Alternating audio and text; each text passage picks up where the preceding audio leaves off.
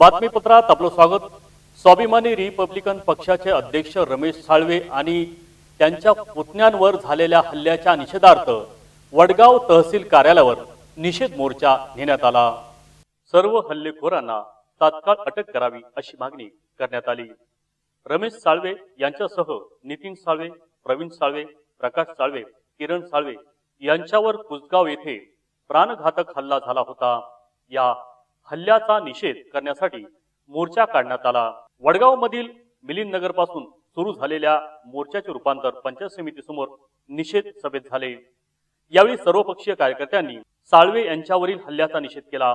राष्ट्रवादी काँग्रेसचे तालुकाध्यक्ष गणेश ढोरे, आरपीआयचे संपर्क प्रमुख श्रीकांत कदम, तालुकाध्यक्ष अशोक गायकवाड, एसआरपीचे तालुकाध्यक्ष बाळासाहेब गायकवाड, बसपाचे तालुकाध्यक्ष प्रकाश गायकवाड, भारिपचे तालुकाध्यक्ष ज्ञानदेव सोनवणे यांनी हल्ल्याचा निषेध केला।